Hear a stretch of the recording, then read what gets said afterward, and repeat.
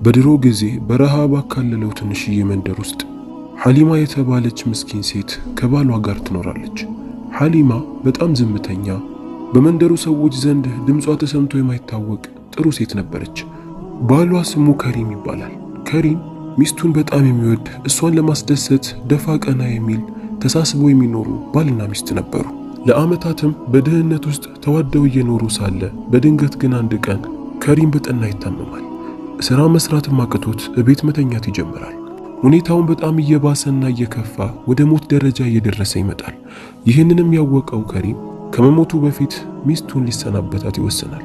ሚስቱንም ጠርቶ የአላህ ውሳኔ ከሆነ ህመሜ በጣም እየበረታ ስለመጣ ለመሞት ተቃርቤያለሁ። እድሜ ረጅም ሆኖ ጤንነቴ ተመልሶልኝ አንቺን እየተንከባከብኩ ከአንቺ ጋር ብኖር በጣም ደስ ባለኝ። ነገር ግን ሁኔታዬ በጣም ከፍቷል።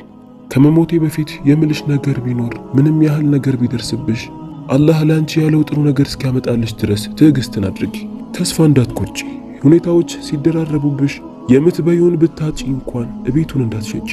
እቤቱን በፍጹም መሸጥ የለብሽም ይላትና ከተሰናበታት በኋላ ወደማይቀረው ወደ አኺራ ይሄዳል። ሐሊማም ባሏ ከሪም ሲሞት በጣም ታዝናለች። እሱን ሳታገባ በፊት በብዙ በደልና ስቃይ ስለኖረች ከዛ ህይወት አውጥቶ ህይወቷን ቀይሮላት በጥሩ እንክብካቤ ያኖራት የነበረው የምትወደው ባሏ ከሪም ነበር። እሱ ከሞተ በኋላ ግን ሁሉም ነገር ጠበበባት። የመንደሩ ሰዎችም የከሪምን መሞት ሲያውቁ ሐሊማ ምን ልትሆን ነው? አሁን ማን ሊረዳት ነው? እያሉ እሷ ላይ ያወሩ ጀመር። ሐሊማ በቤቷ ውስጥ ያለው አስቤዛ እስኪያልቅ ድረስ ከቤት አትወጣም ነበር። አንድ ሰው እንኳን አብሽሪ ብሎ ሊያሳብራት የመጣ ሰው የለም። ዘመዶቿም ቢሆን የሚገኙት ከዛ መንደር ርቀው ነበር። በቤት ውስጥ ያለው አስቤዛ እያለቀ ሲመጣ ግዴታ ለመኖር መብላት አለባትና የምታደርገው ነገር ግራ እየገባት ይመጣል። ያላት ብቸኛ አማራጭ የባሏን ሱቅ መሸጥ ነበር። ባሏ ከሪም ታሞ በተኛበት ሰዓት ሱቅ ውስጥ ያለው ዕቃ ሙሉ ለሙሉ አልቆ ነበር። ስለዚህ ያላት አማራጭ የባሏን ሱቅ መሸጥ ብቻ ነበር። ቁልፉንም ይዛ ወጣችና ወደ ገበያ ልትሸጠው ወሰነች። ሰዎችም ቢሆን ምቀኝነት ይዟቸው በሐሳቧ ወዲያው ነበር የተስማሙት። ብትሸጪው ይሻልሻል፣ እዚህ ምንም አይሰራም፣ ሽጠሽ የራስሽን ህይወት ብትጀምሪበት ይሻላል ብለው አበረታቷት። የባሏ ከሪም ሱቅ ብዙ ሰው የሚመኘው ጥሩ ገበያ ያለው ቦታ ላይ ነበር። ለዛም ነበር ልሸጠው ነው ስትል ብዙ ሰዎች የተስማሙት። ለባሏ ከሪም ቅርብ ነው ብላ ላሰበችው ለአንድ ሰው ልትሸጥለት ወሰነች። ያ ሰው እንዳለችውም የከሪም ጓደኛ ነበር። ነገር ግን ከሪምን አይወደውም። የመቃኝበት ስለነበር ለሐሊማ ሐሳቢ በመሆን ወደሷ ቀርቦ እንዳሰብሽው ብትሸጪው ይሻላል፣ እዚህ ቦታ ምንም አያደርግም፣ እንደውም ዋጋው እየወረደ ነው የመጣው፣ ስለዚህ እኔ ልረዳሽና ዝም ብዬ ልግዛሽ፣ ለኔ ምንም አይጠቅመኝም ብሎ የሱቁን ዋጋ ብዙ ካወረደባት በኋላ ምንም በማይጠቅም በወረደ ዋጋ ይገዛታል። ሐሊማ አማራጭ ስላልነበራት ትሸጥለታለች። ቁልፉንም አስረክባ ብሯን ከተቀበለች በኋላ ወደ ቤት የሚያስፈልጋትን ነገር ገዝታ ትመለሳለች። ሐሊማ የባሏን ሱቅ ባትሸጠው ምንኛ ደስ ባላት። ነገር ግን ጉዳዮች ሲደራረቡባት ረሃብና መጠማት የሚባለው ነገር ስላለ ለሱ ስትል ነበር የሸጠችው። ከገበያም የተወሰነ ዱቄትንና ማባያ የሚሆን ነገርን ከገዛች በኋላ እነሱን እያበሰለች መጠቀም ትጀምራለች። የምትበላው ትንሽ ነበር፣ ምክንያቱም በኋላ ቢያልቅባት የሰው ፊትን ማየት አትፈልግም። ስለዚህ ሱቁን በሸጠችበት ትንሽዬ ገንዘብ ራሷን አብቃቅታ ለማኖር ትወስናለች። ከዚህ በፊት ስራን ሰርታ ስለማታውቅ የመንደሩ ሰዎችም ይህን ያህል ስለማትግባባቸው ስራን ሰርቶ ማግኘት የሚባለው ነገር ብዙም አላሰበችበትም። አላህ ለኔ የተሻለውንና ጥሩ ያለውን ነገር እስኪያመጣልኝ ድረስ ታግሼ እቤቴ እቀመጣለሁ ብላ ነበር ያሰበችው። ለምግብና መጠጥ የሚሆንን ነገር ገዝታ ቤት ካስቀመጠች በኋላ የተረፋትን ገንዘብ ቁጥባ ለመጠቀም ወስናለች። ነገር ግን የመንደሩ ሰዎች ሐሊማ የባሏን ሱቅ ሽጣ ንብረትን እንዳገኘች ሲያውቁ ወደ እሷ ጋር መጉረፍ ጀመሩ። አንድ ሁለት ሆነው እየመጡ ባልሽ ከሪም እኮ ከመሞቱ በፊት ይህን ያህል ብድር ነበረበት፣ እስካሁን ድረስ አልከፈለኝም፣ ገንዘብ ካለሽ ክፈይኝ አሊያ አፉ አልለውም እያሉ እሷን ይጠይቋት ጀመር። ሐሊማ ምንም ሳትሰስት ባሏ በዕዳ ከሚያዝ እያለች ላለውም ለሌለውም ለተናገረውም ለመጣውም ሁሉ መስጠት ጀመረች። በዚህም ያ ትንሽዬ ገንዘብም እያለቀ ይመጣል። ሐሊማ አንድ ሊረዳት እንኳን ፈቃደኛ የሆነ ሰው ባለመኖሩ በጣም አዝናለች። ቀናቶች እያለፉ ሲመጡ በቤት ውስጥ ቆጥባ ተጠቀሙ የነበረውን ዱቄት እያለቀ ይመጣል። በዚህም ምትበላውን ነገር እያጣች ትመጣለች ማለት ነው። ሐሊማ የምታደርገው ነገር ግራ እየገባት ይመጣል። አንዳንዴ ሳትበላ ትተኛለች፣ አንዳንዴ ደግሞ የደረቀውን የተበላሸውን ትበላ ጀመር። በዚህም ሐሊማ ፊቷ ሁላ እየተቀያየረ ይመጣል። ወጣት የነበረችው ሐሊማ በረሃብ ምክንያት ፊቷ ተሸብሽቦ ያረጀ አሮጊት ትመስል ጀመር። ይሄ ብቻ አልነበረም። አንዳንድ ጊዜ ረሃቧን ለመሸወድ ትተኛለች። አንዳንዴ ደግሞ ያንን የተበላሸ ምግብ ስትበላ ትታመምና ትተኛለች። በዚህም እንደምንም ቀናቶችን ማሳለፍ ጀመረች። አሁን ያላትና የሚታያት አንድ ምርጫ ብቻ ነው። እሱም ባሏ የከለከላትን የገዛ ቤቷን መሸጥ ነበር። እቤቱ ረሃቧን የማያስታግስላት ከሆነ፣ ምግብ የማይሰጣት ከሆነ ባዶ ጭቃ ሆኖ መቀመጡ ምንም ጥቅም ሊኖረው አይችልም። ይህንን ነበር ሐሊማም ያሰበችው። ነገር ግን ወዲያውኑ የባሏን ኑዛዜ ትዝ ይላትና ቤቱን ሽጬ ለምን አስከፋዋለሁ? ለምንድነውስ እቤቱን አትሽጪው ያለኝ? እንደዛ ታሞ ለመሞት እየተጣጣረ ስለ ቤቱ እንዴት አነሳለኝ? እቤቱ ምን ቢኖረው ነው አትሽጪ ያለኝ? የታለ ምግብ አይሰጠኝ እያለች ግድግዳውን በእጇ እየዳበሰች ታለቅሳለች። በነገሩም በጣም ግራ ትጋባና ማታ ላይ ትተኛለች። በተኛችበትም ባሏ ከሪምን ትመለከተዋለች። ሐሊማ ሆይ እባክሽ ትዕግስት አድርጊ፣ እቤቱን እንዳትሸጪው፣ በኋላ የሚቆጭሽን ነገር ባታደርጊ ይሻላል ይላታል። ሐሊማም ከእንቅልፏ ትነቃለች። ልትሸጠው ባሰበችበት ሌሊት ባሏ በህልሟ መጥቶ አትሽጪው ለምን አላት። ለምንድን ያለኝ በረሃብ መሞት አለብኝን እያለች ማሰብ ትጀምራለች። አንተ ቤት በውስጥህ ምንድነው ያስከው? ባሌ ከሪም ለምንድነው አትሽጪው የሚለኝ እያለች ግድግዳውን ተደግፋ ማልቀሷን ቀጠለች። በስተመጨረሻ ረሃቡ በጣም ሲበረታባት በረሃብ ምክንያት ፊቷ እየተቀያየረ አንዳንዴ ራሷን መሳት ስትጀምር እቤቱን ለመሸጥ ትወስናለች። የቤቱንም ቁልፍ ትይዝና ወደ ገበያ ወጥታ እቤቱን መሸጥ እንደምትፈልግ ለሰዎች ታውጃለች። የመንደሩ ሰዎች ይህንን ሲሰሙ በጣም ደስተኛ ይሆናሉ። ምክንያቱም አሁንም ቢሆን ለሷ የሚያስብላት የለም። እንደዛ በንግዱ ላይ ትርፋማ የሆነው ከሪም አሁን ከስሮ ሚስቱ ተሰቃይቶ እንደማየት የሚያስደስተን ነገር የለም እያሉ ሁላ ማውራት ይጀምራሉ። ሐሊማ እቤቱን እንደምትሸጥ ካወጀች በኋላ ወደ ቤት ትመለሳለች። ሊገዛት የሚመጣ ሰው ካለ ብላ ቁጭ ብላ መጠበቅ ትጀምራለች። በሌላ በኩል አንድ አማር የተባለ ሰው አለ። አማር እድሜዎቹ በ30 ያሉ የሰዎችን ዕቃ እየተሸከመ የሚያደርስ የራሱ ቤት የሌለው ገበያ ውስጥ የሚያድር ምስኪን ሰው ነው።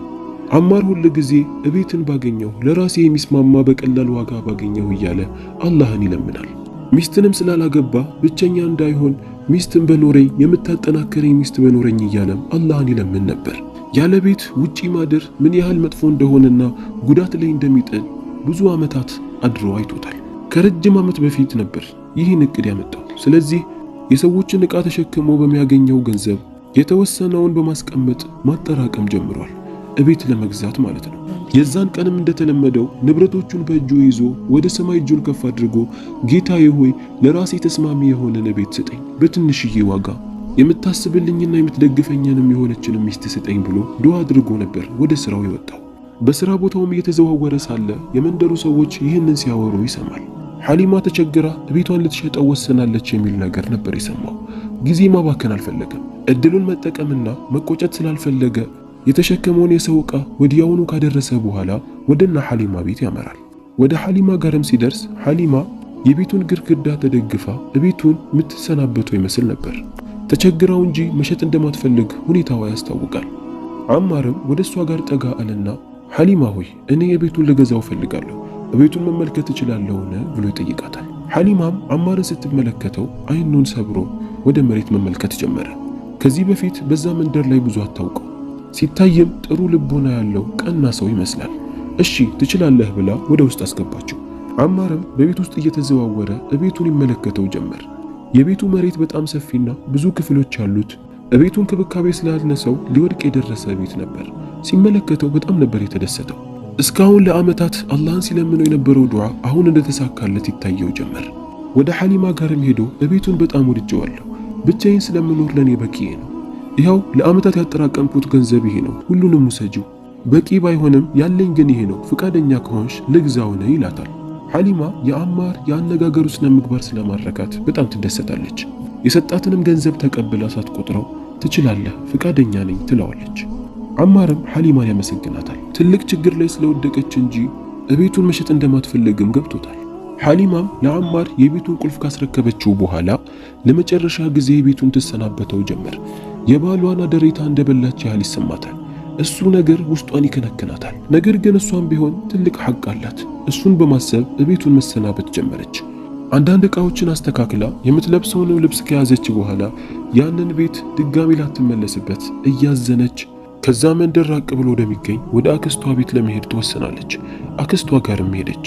አክስቷ ሐሊማን ስትመለከታት አክስቷም ሐሊማን ስትመለከታት እንኳን በደህና ወደዚህ መጣሽ፣ ይህ ቤት ለኔም ላንቺም ይበቃል፣ ወደ ውስጥ ግቢ ብላ ታስገባታለች።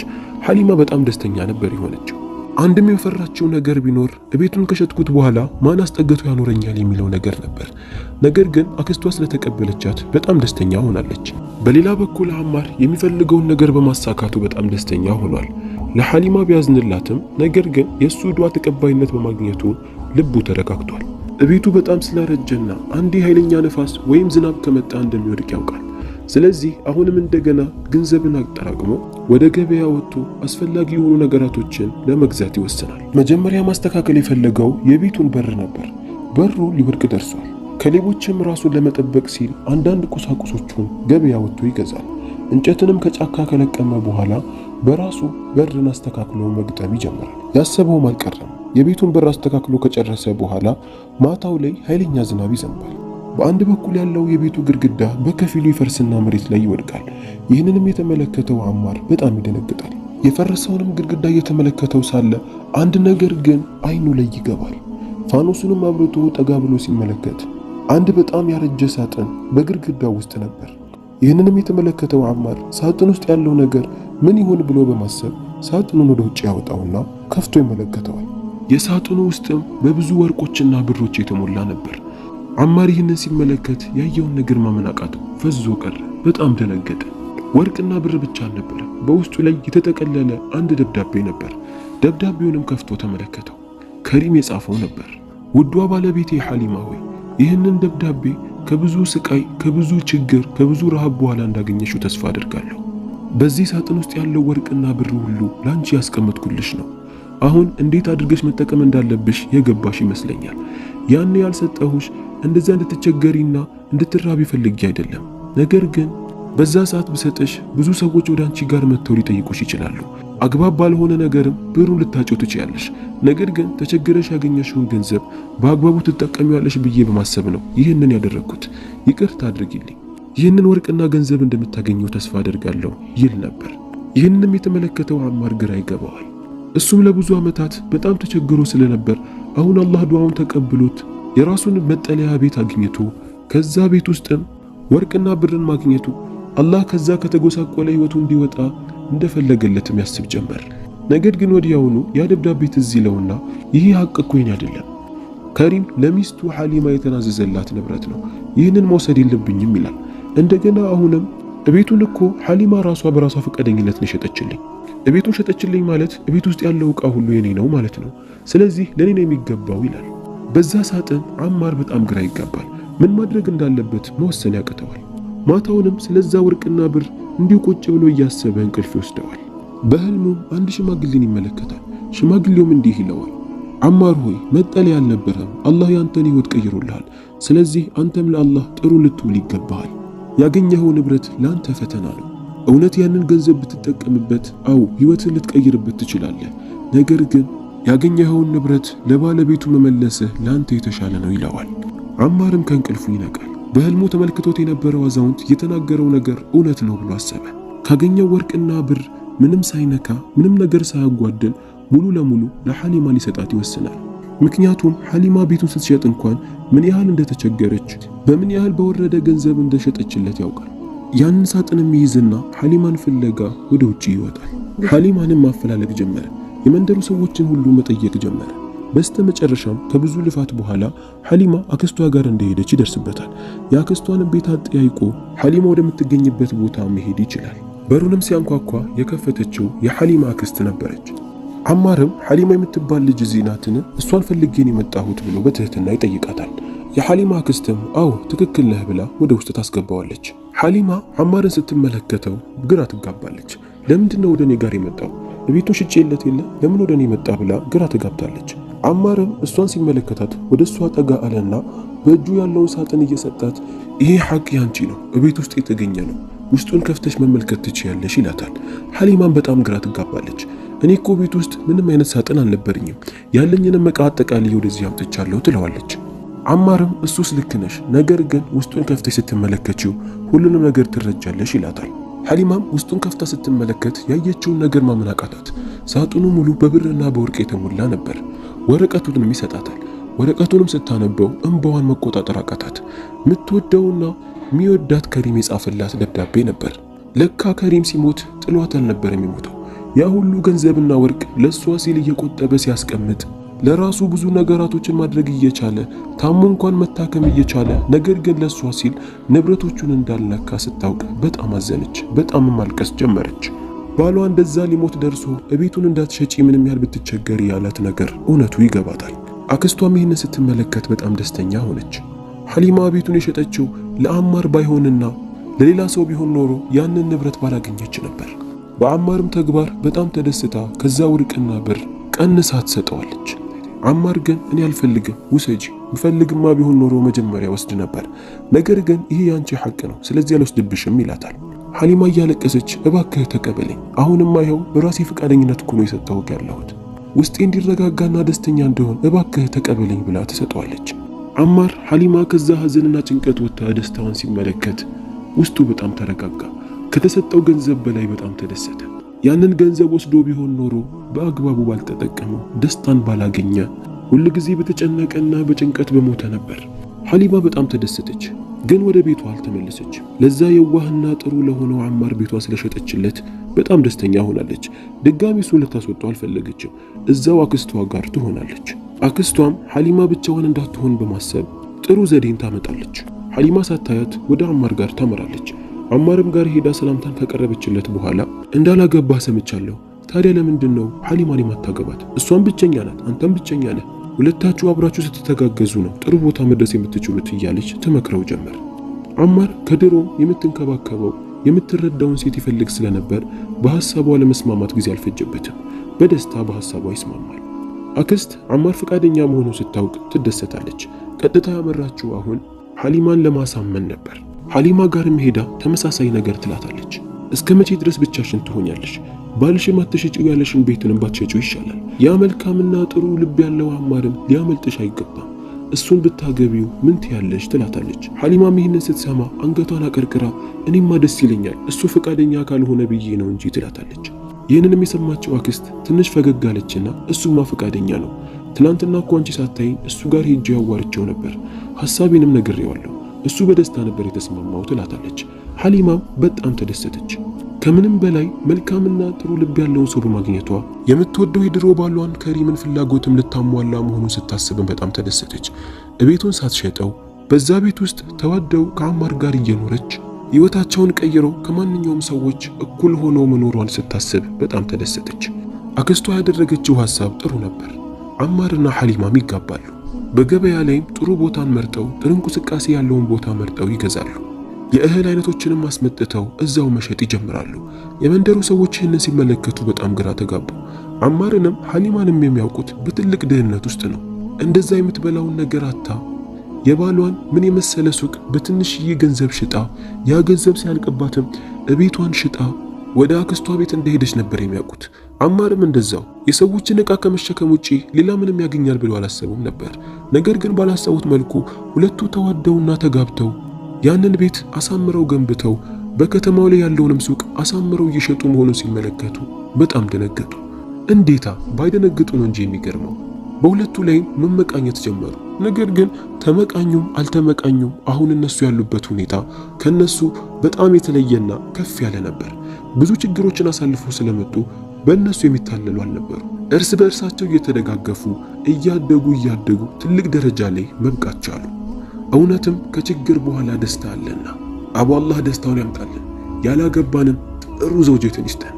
አሚን በሉ። አቦ ሰብስክራይብ፣ ላይክ፣ ሼር ማድረጋችሁን እንዳትረሱ። ልክ አድርጋችሁ እንደጨረሳችሁ ዳይ ወደ እንቅልፍ። ምን ትጠብቃላችሁ?